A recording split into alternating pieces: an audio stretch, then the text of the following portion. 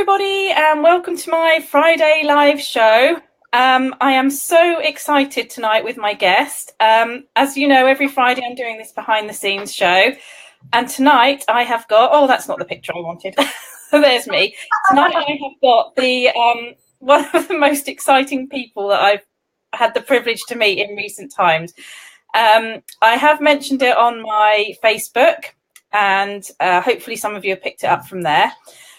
So for those of you that don't know me, I'm an author and I write romantic suspense novels. And my behind the scenes journey is all about finding out what other people do, how their professional lives work, and just really getting to know what goes on behind the scenes. Tonight, I have a lovely lady called Val Hart with me, and she is an animal whisperer and is known as the real Dr. Dolittle. I'm just going to give you a little bit of background information about Val. Because obviously it'll give her a great introduction. Then I'm going to welcome the lady herself, and we're just going to ask her some questions and find out what really goes on behind the scenes with her work. So you have to excuse me because I'm just reading from a little script here, but that's because I don't want to get it wrong and I don't want to give you the wrong information. So as I said, Val Hart, real Dr. Dolittle. Now she's been doing this for over 25 years. And she started with 2 naughty cats that she had that were destroying some rather expensive speakers of her husband's. And she learned how to communicate with these 2 cats. And from there, the whole process began. She's now created a 5-step system, which she says will work on any animal. And hopefully she's going to touch a little bit on that for us. And she's also going to tell us a little bit about other things that she does. And there's some things here that I will tell you, but I don't know what they are. So I'm hoping she'll explain. We've got quantum leap therapies. We've got, and body talk healing for people and pets, which sounds fantastic. She's got a website. She's got a fantastic giveaway for you. So all of that will come on a little bit later on in the show. So I think that's all I need to say for now. And I am just going to welcome Val to my show. So here we go. Wait a minute. Let's get rid of that one. And here we go. Hi, AnnMarie. How are you? Hi, Val. You're on. You're good to go. Excellent. All right. Great. I'm happy to be here. Thank you. And I saw Mark said hi. So hi, Mark. Oh, did he? Oh, yes. So he did. Really? I hope I didn't miss anyone else. Yeah. All right, so we've already got we've got Corinda, who is also sharing this, which is fantastic. Is Corinda somebody you've come across before in the community? Yeah, he's part of the Be Live community. Yeah, that's right. Yeah. Thank you so much. Hey, Mark. Okay, so I gave you a very halting, brief introduction about the information that you gave me. Perhaps you'd like to tell it in your own way and explain to us exactly what it is you do, why you do it, how it came about. Wow. Okay, that's about 5 questions all in one. Okay. Oh, sorry. So, I've always loved animals. They've always been near and dear to my heart. And I hope that's true of you and at least some people watching in our audience. But, I know that if you love animals, that you can connect with them. We connect with them. They are sentient. They are intelligent. They don't look like us. They don't have to. They're not supposed to. What they are angels, guides, teachers, and healers disguised in different bodies. And when we learn to recognize, respect, and revere them for who they truly are, they make us better people. So that's kind of the basis of my work. And what I started with was actually show horses. Our cats helped teach me how to tune in, how to open up, how to connect, how to send a message, how to receive a message, and have a dialogue. The hidden dialogues with pets and animals is extraordinary. They think, they tell jokes, they have philosophies, they teach others, they tell each other stories. So there's a whole world there that all we have to do is learn how to tap into, and then it literally will change your life. It's an extraordinary experience. So that's a little bit about what I do. Does that help? It does, yeah. And I just want to say we've got a couple of comments come in. So we've got Carmen who says, looking forward to this. So hi to Carmen. We've got somebody asking if they can be added. So I might kind of look at that a little bit later on. But for now, I just want to obviously focus on talking to you and asking you the questions that we came here to talk about. So can you tell us a little bit about your naughty cats and how it all came about? Naughty cats is right. Oh my God. When my husband and I got married and we moved into this house, and he was a professional opera singer, a professional tenor, and he had these giant speakers, and the cats were using them to scratch, as scratching posts. And, they were in danger of losing their life, if not their home. And and I had been learning how to do meditation techniques, and I'd been doing, healing and different kinds of processing and therapies and stuff for quite a while. And one morning, and I didn't know what to do. It's like, oh my God, stop it. It's spraying with the spray bottle and all the usual things weren't doing it, weren't changing it. So what I did is one morning I'm sitting down to do my meditation, and I downloaded this concept, and the idea was, instead of meditating and going inward, that I should keep my focus on the cats. And so I said, well, what the heck, why not? So I did, and I connected with them energetically. They were showing me images that I had no clue about. I was hearing thoughts, feelings, and we did this process together, and I completed it. And they never used his speakers as scratching posts again. They just stopped. And I went, wow, there's something to this. I'm going to have to look into this. And so, I started playing with it and engaging them in conversations. And, the next thing I started playing with was every time we would go for a little vacation, like we were gone for the weekend or a 3-day, or a holiday or something. When we got back, the cats would be pissed off and traumatized. My younger kitty, Tuffy Tiger, was freaked out of being trapped inside the house, and she couldn't get out, and the stranger was coming in, and who the heck was that? So by the time we got back, she was desperate to get outside, and then she wouldn't come back for a day, or 2 days. And it's like, oh, that's not okay. And then my tuxedo kitty, Peach, she was the kind that would simmer with anger and find ways to vent. She would bounce up at me, a week or two later, bite me and glare at me, and then run away. And I would know that she was still unhappy with me. She had not forgiven me. And so the next time we had a vacation, a little holiday thing come up, I thought, oh, brainstorm, light bulb moment. I should tell them what we're doing, where we're going, why we're going, what we're going to do, who's going to be checking on them and giving them food and water and stuff, what I want them to do while we're gone. And by the way, they need to know when we're coming back. And so I had that talk with them. I told them. And then we left. And when we came back, they were like, oh, look, yes, you're right on time. How was your trip? Completely different story. They were like perfectly happy. Peach was like, I'm so glad to see you. My food dish is almost empty. And then Tuffy Tiger was like, I'm glad to see you, Mom. I want to hear all about your trip, and I'd really like to go outside for a few minutes. But she came back in like 5 minutes, and wanted to come back inside and snuggle and talk and connect. And it was like 180-degree change. It was just major change. So I started playing with it, and that was in like October, November of that year, 92. And in January of 93, I was hanging out with my good friend, Charlene, who's renowned for the body work that she does on people and animals. She can melt scar tissue. She can realign structure. She can do it's fascinating cranial sacral work. It's just extraordinary. And so I'm hanging out with her and her Percheron mare, this black beauty of a mare named Valkyrie. And it's just Charlene and me and Valkyrie, and it's a rainy, cold day, you know, in San Antonio, Texas, where we were. And all of a sudden I heard the mare say something, and it was just like another person talking to me. I heard her in my head just as clear as I can hear you.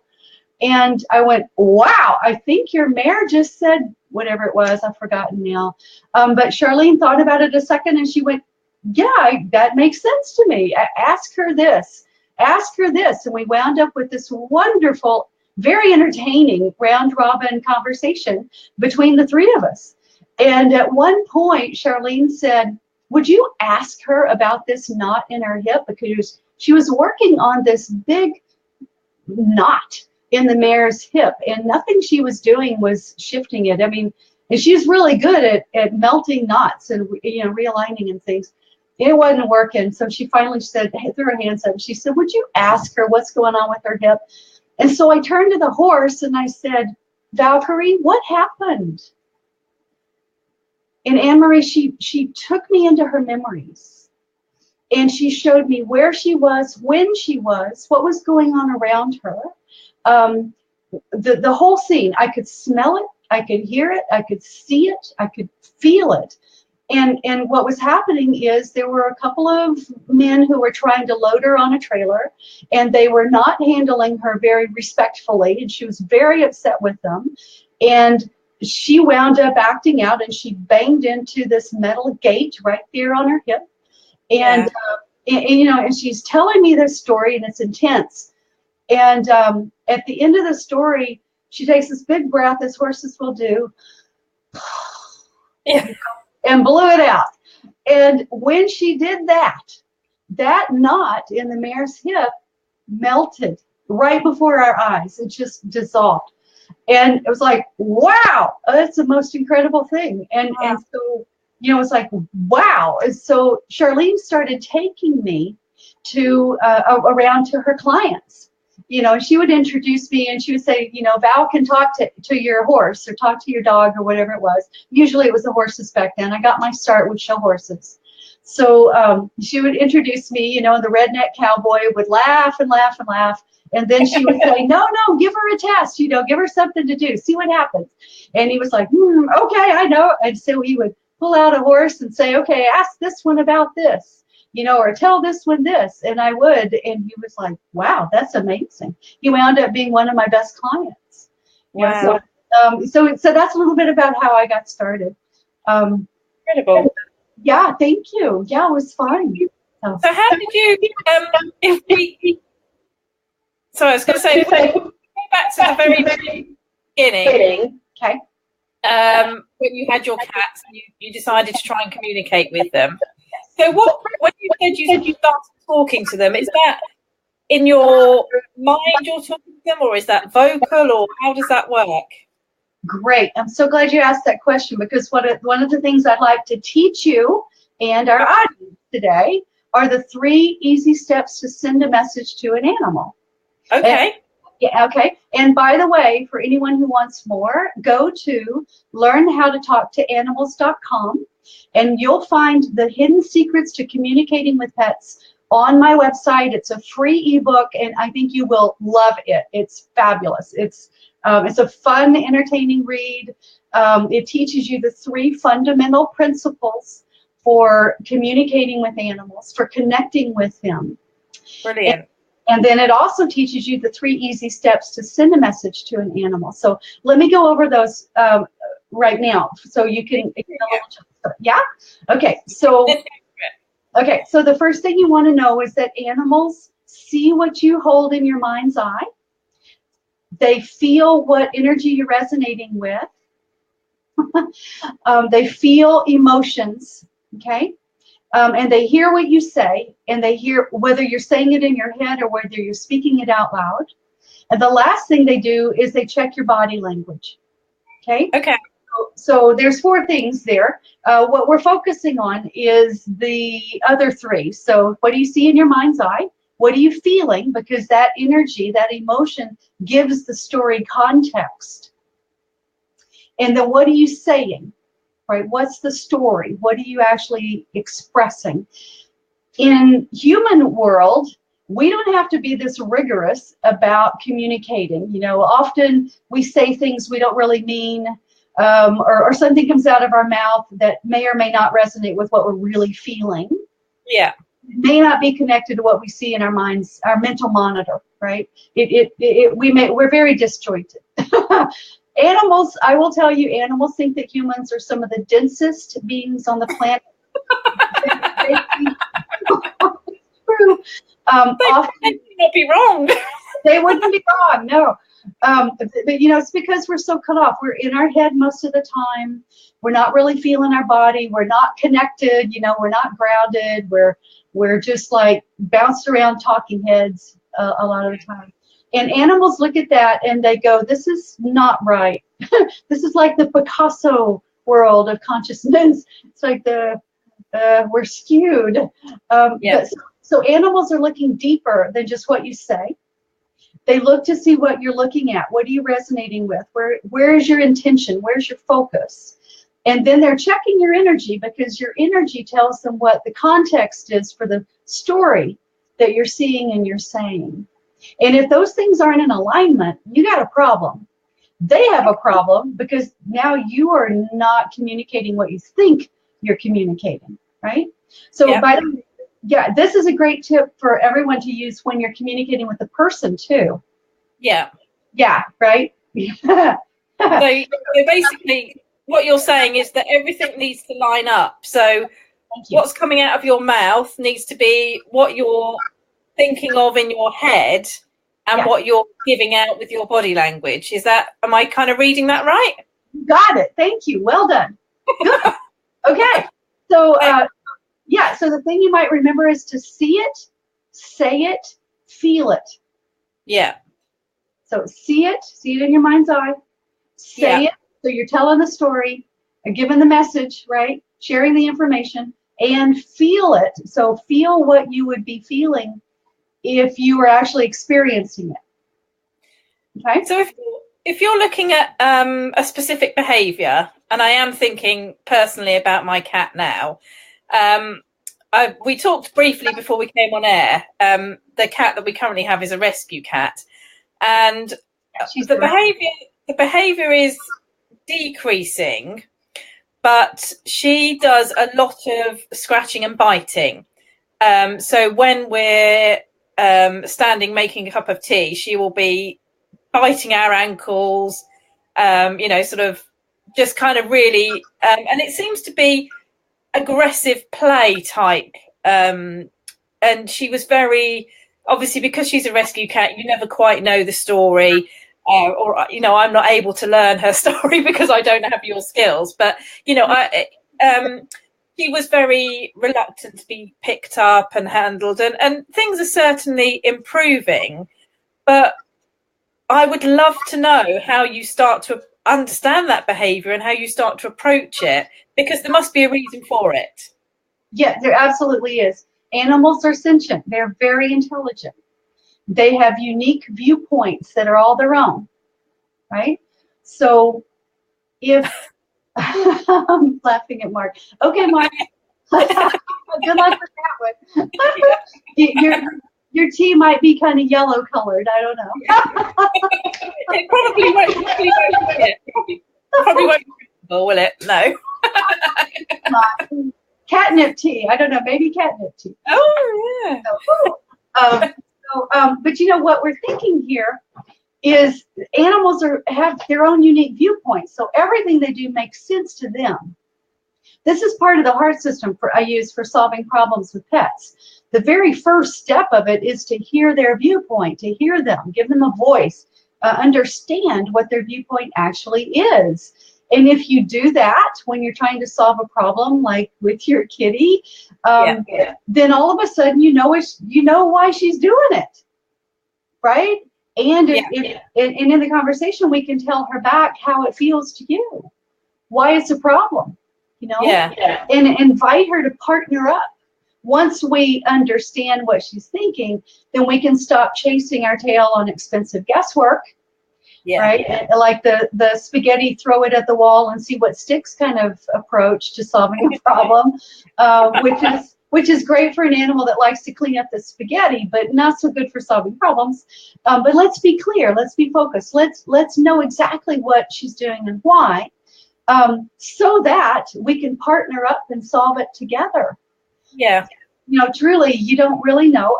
The other thing you said is that, like a rescue animal, they know their own stories. They know where they've been. They know what's happened to them. They know what works for them, what doesn't work. They have experiences. They have history. They know what they were taught when they were younger and what they've been learning. You know, so you can absolutely find out what their history is, what their background is. And with any kind of a rescue or adoption or even a purchase, you know, you need to have those kinds of conversations. Do you have a purpose together? You know, do you feel that you're supposed to be together? Does the animal agree to the house rules? You know, do they feel in alignment with what you would like to do with them? Or not? You know, will they fit into your household comfortably because they like kids and they like dogs and they like, you know, or whatever? Or do they prefer to be a single person pet, you know? They're not real keen on a lot of traffic, you know, and strangers coming in and out and a lot of commotion and upset. Some of them thrive on that. And others are like, oh my God, kill me now. You know? But it's like, no, I'll pass. Thank you.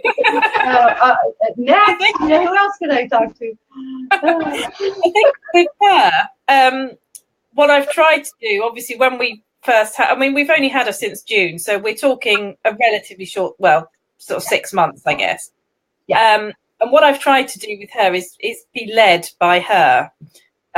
So very, I use kind of reassuring language. Obviously try not to frighten her, that kind of thing. And she's funny because she spends a lot of time where we are. And there's plenty of places she could go and hide. It's not like she has to be with us. So she clearly wants to be around us, but she just hasn't quite got the etiquette right yet. She hasn't quite grasped that we don't actually want to be bitten and attacked every time that she's near us. And I would say that I am seeing a decrease in the behaviour, definitely, just by what I am doing. And I'm not doing it by anything anywhere near as you know, clever as you're doing. I'm literally just thinking, well, she didn't like that, so I'll try that, and just kind of trying to reassure her. You're doing the guesswork. Yeah, you're doing the guesswork. Yeah, absolutely. Yeah. You know, so until I talk with her, I won't really know why she's doing it. We can do a little bit of guesswork here, and just from the brief moment that I saw her, you know, she doesn't feel like a scared kind of kitty. She likes to control her environment. I would be very cautious about playing with her with your hands or your feet or your body parts. And I would redirect her to playing with something else, like a feather on a string, or you know, some other type of toy, right? Yeah, that's what I've been doing, because when she goes for my feet, and it really hurts. So I've been just getting a bit of tin foil. I'm not sure whether you call it tin foil. You know, what do you call it? Aluminium foil, probably. Do you call it? Yeah, just a bit of tin foil. And so throwing that for her and just redirecting her to another activity. And how does that work? Actually, she seems to then go off and do whatever it is. There you go. Yep. So one of the things you're getting here is you're feeling that she's not doing it because she hates you and is trying to take you out. There's more of a playful, aggressive kind of behavior. Yes? I think so. I think, and Mark's asking a question obviously about the same cat. It's driving him crazy that every time he opens a cupboard, she jumps into it. Yeah, because she likes to be in a hiding place. This is the same reason why cats will get in boxes. They like dens. Yeah, they like dens. They like caves. They like to explore. They want to see what's in there. It's part of their hunting instinct. Yeah. So she gets shut in quite a lot of places because she's so quick and you don't realise that she's gone. And I sort of look at that as, like you say, exploration, that she's happy in her environment and she wants to explore and she wants to just sort of find everything that's going on. What's in that hidden space? There could be a mouse. Yes. There could be food. There could be something very cool and the treasures. Who knows what's in there? Yeah. And I'm hoping, I mean, hopefully we'll be able to talk more off air as well, over the course of the coming months. But I'm hoping that by reading your book, obviously, and doing what I'm doing, that eventually things will start to calm down a bit for her. Well, go ahead. Sorry. Yeah, no, go on. You carry on. I was going to say, yes, go ahead and do those things, because those are the fundamental kinds of things that you need to do. But the big part of animal communication is to actually talk to her about what she's doing and how it feels to you. So this is a good example. So let's play the 3 easy steps game, right? Let's do this. So imagine in your mind that you're there in the kitchen. Yeah. And how do you feel? So freeze frames. It's like you're watching a video of yourself, right? So freeze frame, pause the video, and how do you feel? There you are, and maybe the kitty's over there. Feel good? I'm normally sort of making myself a cup of tea, so I'm thinking, gosh, I really want this cup of tea. Okay, so you're in your space, going to make some lovely tea, maybe a bicky and a tea. I like that. So, okay, and so we're going to press play on your video, right? And imagine here comes the kitty cat, and she's bouncing in there. So this is going to be, let's do the regular story, and then we'll backtrack and do the worst case scenario. Yeah. And then we're going to shift gears and do the best case scenario. So this is what you're doing, and this is how it makes me feel. This, and then we'll say it the second time, which would be the worst case scenario. This is what I'm afraid of. This is why I hate this so much. This is why it doesn't work for me, right? Yeah. And then we'll back it up and say the best case scenario. This is what I would rather you do. This would feel fabulous to me. Yeah. I would be delighted if this happened, right? Yeah. So there's your story. So in your mind, see it. So here we are. You're making tea and maybe getting a bicky or cookie or something. Yeah, which I would be doing. And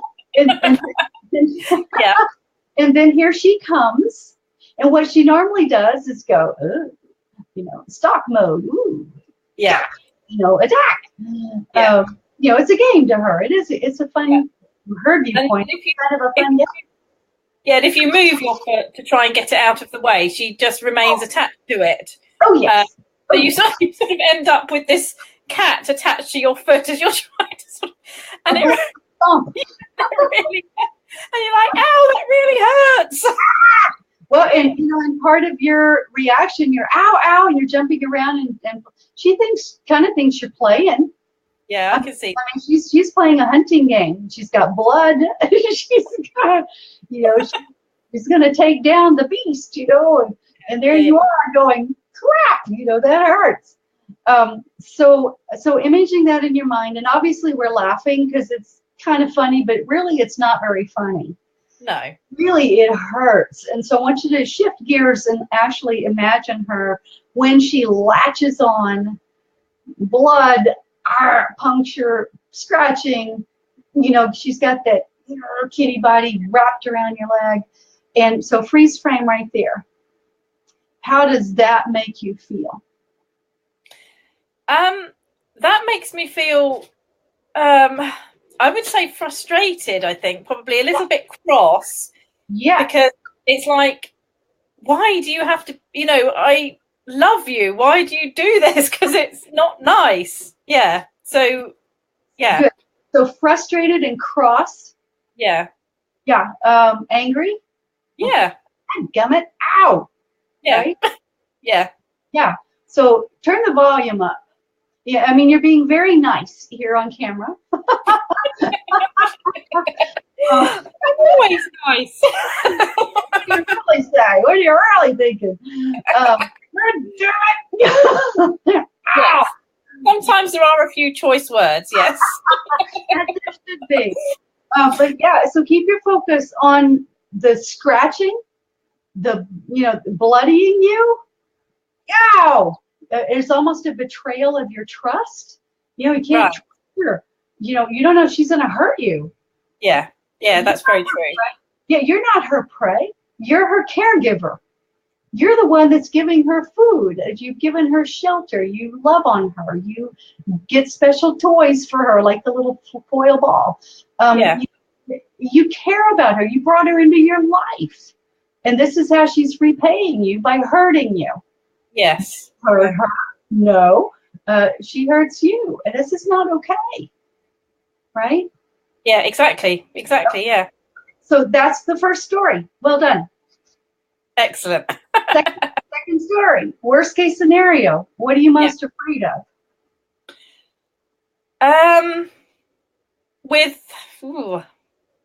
So what are you afraid might happen if she keeps doing this and maybe escalates it and gets worse?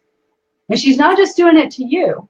Yeah, I obviously, in the back of my mind, I worry about the children.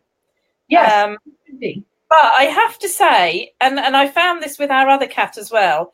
I mentioned to you briefly before we came on air that my youngest son is disabled. And am I right in thinking that pets instinctively know that about people? Because her demeanor around him, they fight over the same toy. And it's so funny to watch. But it's ever so interesting because when I go to her, she's normally got her claws out and she's sort of ready to go. Whenever he touches her, her claws are in. And that always reassures me because I don't think she's going to hurt him because she senses that he's different. Am I right in thinking that? You are, yes. She accepts him for where he is and who he is. Again, remember, she's watching his mind, his feelings, his energy, what he says, and his body language. And that tells her everything she needs to know about your son, about what he needs, how to play with him, how to interact with him. And I have to say, she has a fondness for him, as you probably noticed. It seems to me that they have a purpose together. So interesting. Yeah, it's interesting. Our other cat used to be upstairs, and when he was downstairs, and their paths didn't really cross. Yeah. But she's not. She doesn't actively spend time with him, but she doesn't avoid him. Okay. And you can see that she will be like, no, this is my toy, and I want to play with it now, and it's my turn to play with it. And it's fascinating interaction to watch. And I noticed it today because I deliberately reached for her paw. And as soon as it was me that reached for her paw, the claws came out. But as soon as he reached, it was just a soft pad. Okay. Yeah. And I was like, gosh. Yeah. Yeah. So it's okay for him to play with her, not okay for you to. Yeah. He's telling you to back off. Clear. Yeah. Yeah. Yeah. So I'd say there might need to be some repair of your relationship together. She's really quite bit fierce with you. So yeah, it can be, yeah. Yeah. So back to the 3 steps. Yeah. Right. 3 steps, 3 stories. I like that. See it, feel it, say it. Yeah. So worst case scenario, this is how we explore the consequences of their behavior and tell them things they don't know.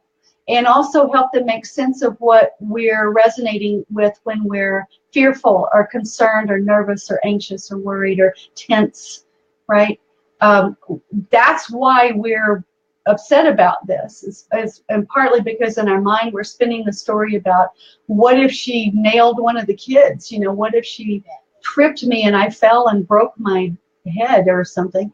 What if, we fill out that story? She's not aware of any of that until we tell her and make it clear. So the worst case scenario then would be, there you are making tea, having a lovely day, and here she comes stalking you and nails you, right? What if there's a child in there? What if she scares you or hurts you so badly that you tripped and fell? Yeah. You fell, broke your arm, right? broke your hip, broke something. Yeah. What if you landed on her? Yeah, absolutely. Yeah. Yeah, make it even more specific to Yeah. danger here. What if you Yeah. fell on her? Yeah. Ow! Oh my God! Right? Yeah. Um, what else? Did I miss something? What else would and how would this make you feel? Yeah, and I think, and the other thing that sort of worries me as well, which is obviously the hurt for anybody or for me or for her is a big thing. But then I sort of think, what if she doesn't like us and she doesn't come back? You know, she runs away and doesn't come home. That's in the back of my mind as well. Good, excellent, well done. So, maybe you fall and scare her, and and you're bloody and you're screaming and broken and whatever, and she's like, "Wah!" and she leaves, and now she's on the street and she's homeless again, and she gets lost, and maybe she gets run over, or maybe some bad person hurts her, or God knows what. And how would you feel if that happened?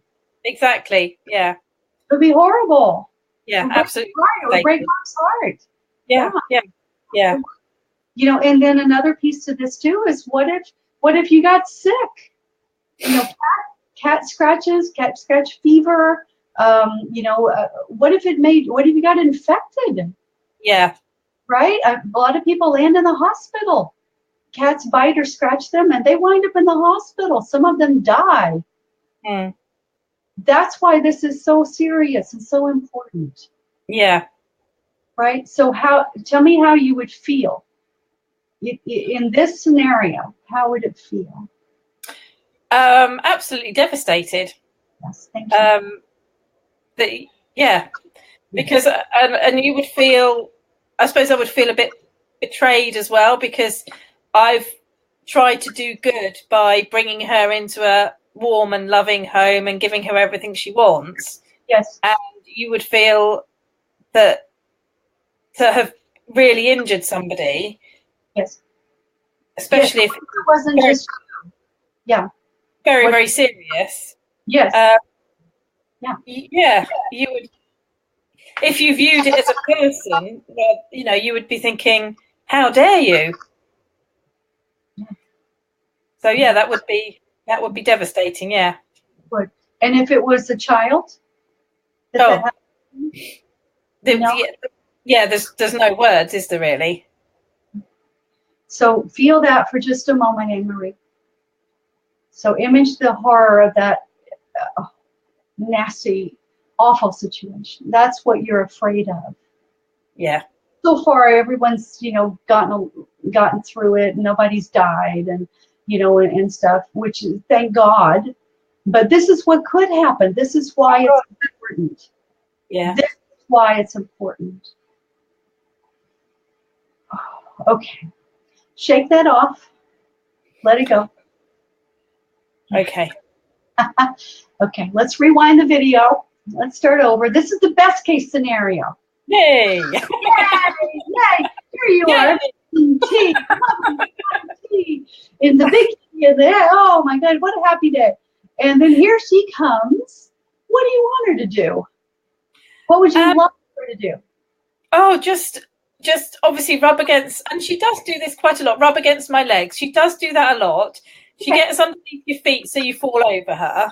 And just want to become, I mean, I would love more than anything to be able to pick her up, and she's getting better, but for her to be happy to be picked up, to be cuddled. Eventually, I'd love for her to sit on my lap or even sit next to me and just want to be, that would be, so for her to come up and know that I'm not about to get attacked. Yeah. Would be lovely. And it would feel really lovely. How else would it feel? Oh, I would feel like really warm inside, and it would just make me feel just like I just feel really loved, and I just feel really, like we'd got a really special relationship, and it would just be, really incredible. Yeah. I'm thinking you would know that you made the right decision bringing her home. Yes. Yeah, absolutely. Yeah. And that she's a wonderful addition to your household. Yeah. She's helping you with your family. And she's showing you a little spot of appreciation. Yeah. It's like, thanks, Mom, you're doing a good job. Yeah, absolutely. Yeah. a bit of appreciation, a little bit of, just a connection, a bonding, a feeling of affection would kind of make it all worthwhile, right? It would be like, yeah, this is why I even have you here. Because I just love, I love cats. I always have done. Having one around, just, because obviously life can be stressful. There's a lot going on, and I think to have that fluffy companion, if you like, that can just make you feel all warm and cuddly inside. Yes, thank you. Thank you. That's beautiful. So you're wanting her to help you, give you the gift of helping you feel warm and cuddly inside. Yeah. And, and knowing what we've already learned here, which is that she's really here for Mark. And that it's still okay for her to show affection to the rest of the family. And soft paw is really appreciated, right? A soft paw, soft paw, not hurting. We don't have fur like kitties do, so it's really easy for her to hurt you. Soft paw, she already knows that. She's been willful in attacking, so. But that's what you really want, and so that's the best case scenario. That's what you would tell her, and we did. So I'm curious to see what happens after I got.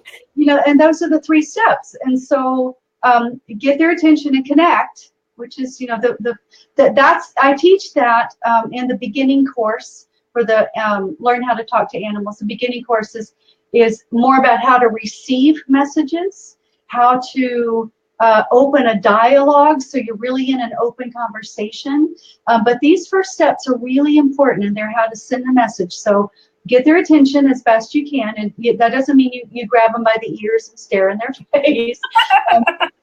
Don't do that. But just feel your connection. Feel that, tell her, so I have something important to share with you, and she'll cock an ear. She'll give you a glance. She'll listen. And then just tell her your story. See it, feel it, say it, and then you can act it out if you want to. But see it, feel it, say it, and then do the regular conversation, the regular scenario, so that you can explore what happened. You could do the worst case scenario, which is exploring the consequences of what you're most afraid of, what gets you the most, what you're so worried about, and then finish with the positive, which is, what's the best case scenario? What would I love for you to do? What would be like, oh my God, that's so fabulous. It's wonderful. It's so warm and fuzzy and loving and kind, and it just changed my whole life. I mean, if you did that would be just the most incredible thing in the world, right? So there you go. And then that's your assignment. So continue to tell her the best case scenario, to encourage her to go that direction. Often people, when you're going through this exercise, often you will pick up their thoughts. You're going to pick up a concern. You're going to hit a kind of sticky point, because this isn't mind control. This isn't magic. This is, I can't reach out and make your cat do what you want her to do. I wish I could. I've had people say, "Can you do this with children and husbands?" Oh yes, I think we'd need more than an hour, wouldn't we? At least, but the point is to engage in a conversation with an intelligent being, so that they can make a different choice. And so that we can learn what's driving the behavior, so that we can change. Often we're the ones that need to change. So there you go. For anyone else that wants more to this, go get the Hidden Secrets to Communicating with Pets book at learnhowtotalktoanimals.com. Yeah, a lot more about it. There we go. I'll pop that back on. Oh, no, as I say, I have put them on briefly as you've been talking, so hopefully people have picked those up. But if anybody has missed them, and obviously for people watching on replay and everything, I will make sure I put all of Val's links in the comments as well, so you can get hold of her. I'm definitely going to be going and getting my free ebook, and obviously I've been very privileged to be able to have a live consultation and lesson today, and I am going to go away and I'm going to have a little chat with her. And we will see. And I do, you know, as I said to you earlier, I can see some changes in her behaviour. And obviously we don't know, do we, what well, you would know obviously, but I don't know as yet, you know, what has caused her to react that way. Yes. But that's the part of receiving her communication back. So that's the two-way dialogue. That's the hidden dialogue back and forth. But this will help. This is definitely the right step to let her understand what your viewpoint is, you know, and how it feels on your side. What's not working for you and why, and what you would rather have happen. So incredible. And I think one of the biggest things that I'm going to take away from this was what you said, that animals think that humans are quite dumb, really. And it's surprise, they're right. Yeah. But unless somebody points that out, we tend to have. It's interesting actually, and I will wrap this up shortly because obviously I know we've run over time and I'm taking up your precious time. But I actually had a conversation with a jockey, a race jockey, and I asked him the question because I always thought to myself, how on earth do you transport a horse? Because obviously they take them all over the world. So I said, if you're taking a horse to, you know, somewhere that you would have to fly, how do you do that? And he said, oh, well, we put them on a plane and off they go. Obviously, specially adapted planes, I presume. And I said, well, do you sedate them or anything? He was like, no, we just put them on a plane and they go. And I was like, isn't that stressful for them? And he said, oh, no, they're, you know, they're not really that intelligent. They, you know, and that always kind of, that struck me. Because I always, whenever I see horses in horse boxes and things like that, and I always think that must be quite stressful for them. So I guess what you're saying really, if I'm summing this up correctly, is that if we treat them like we would wish to be treated, so we clue them in on what's happening and we reassure them and we tell them that it's okay, then it's going to be a lot easier for them. That's the right direction. And it's not so much about what we think is okay, but telling them enough so that they know it's okay. So, you know, answering their concerns, addressing their questions, helping them understand why this is important and why we're asking them to do it. Listening for their feedback, you know, are they not okay with this because they're not feeling well, or they don't want to go, and it makes sense, you know, or they're afraid about what's on the other side, or what the actual plane ride is pretty intense. I can imagine. Loud, it can get cold if the plane bounces, which they do. I remember working with a really expensive dressage horse that they shipped in from Germany. They flew in, and by the time the horse got here, it was not the same horse anymore. It was badly behaved. It wasn't able to do some of the moves that, you know, that it had been taught. It was not bonding. It was miserable and depressed and not happy. It was very ill. And when they finally brought me in to work with the horse said the trip over was horrible. You know, I fell, I banged my head, I bruised this, I fell over here. You know, I was in a nightmare situation for hours, and I was jerked away from my home and my family and my loved ones and my friends. I didn't even get to say goodbye.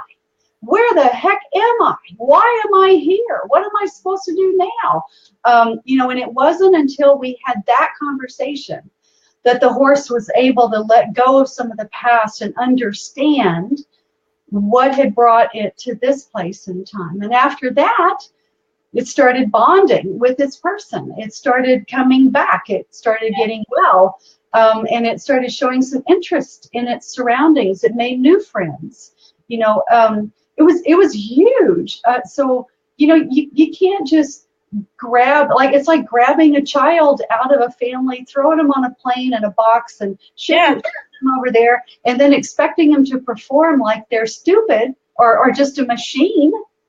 They're not. No. So yeah, thank you for bringing that up. That's it's horrifying. Yeah. It's incredible that you've been able to gain that insight into animals, and you've obviously been able to share it with the people that you share it with, and obviously share it with us today. And I am definitely going to keep in touch with you, and I'm going to keep you posted, and I'm going to tell you how she's doing.